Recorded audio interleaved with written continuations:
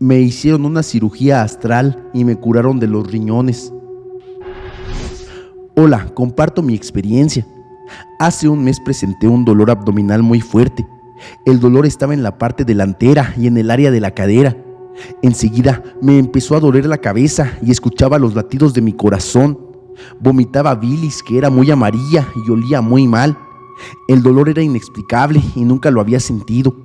Llegué al punto de pensar que era el dolor de la muerte y deseaba que terminara. Me llevaron al hospital y me hicieron exámenes para diagnosticar. Descubrieron que tenía cálculos renales.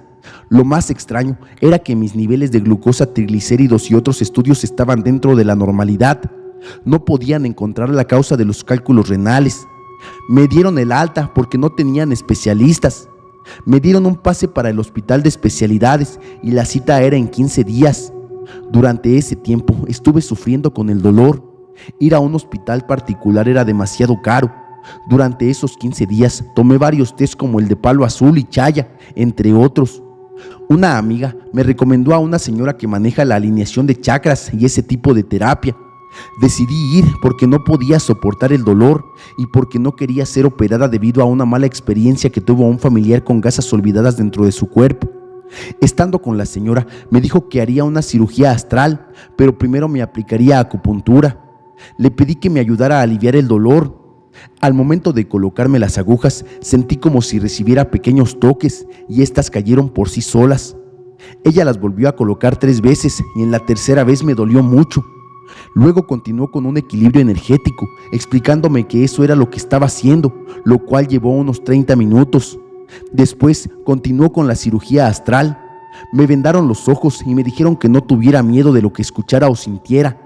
Finalmente me destaparon el área del vientre y sentí como si realmente me estuvieran practicando una cirugía. Escuché murmullos, aún sabiendo que estábamos solas en la habitación. En ese momento sentí como si una mano entrara dentro de mi abdomen y fuera retirando los cálculos renales que yo imaginaba que eran negros. Continué escuchando los murmullos, sentí como si el tiempo se detuviera, me sentí relajada y tranquila.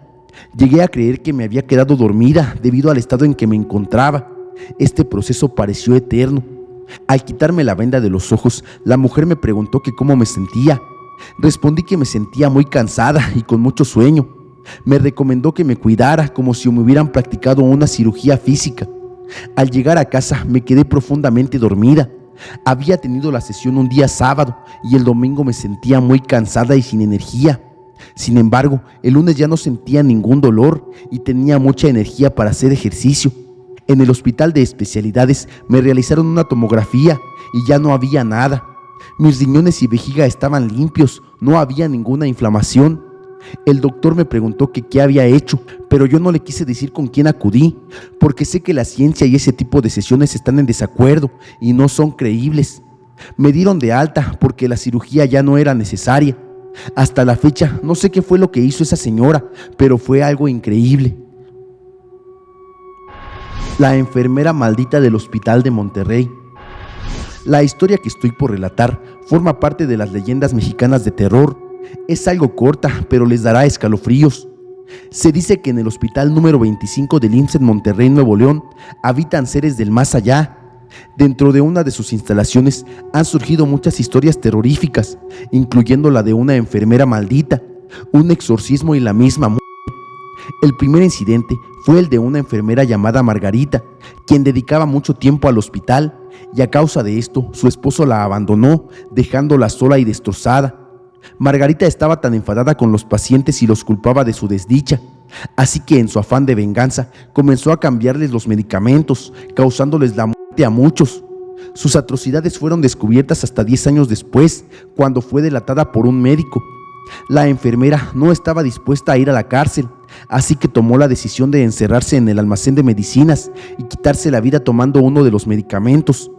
Aunque la enfermera ya no estaba físicamente para dañar a los pacientes del 7º piso, su espíritu vengativo se quedó para seguir haciendo sufrir a aquellos que tanto odiaba. Misteriosas muertes seguían ocurriendo.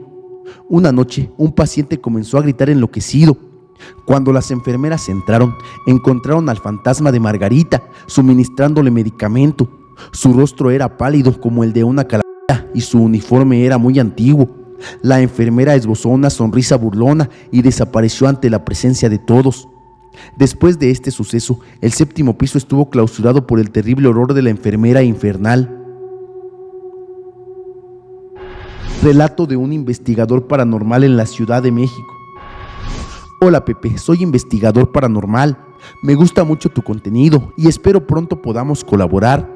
Lo que estoy por relatar es algo que sucedió en mi primera investigación formal, en el Hospital de Juárez en la Ciudad de México. En este lugar existe una leyenda que a más de uno les será conocida. Se trata de la leyenda de la planchada. Todos conocemos la historia, el engaño, el joven médico, el castigo, en fin, la historia de Eulalia. Pero bueno, esto no se trata de contar una historia por demás conocida. Yo alterno mi trabajo como sacristán y me encargaba del área de informática en una sociedad médica. El salario de un sacristán es muy bajo y lo hacía más por gusto que por otra cosa.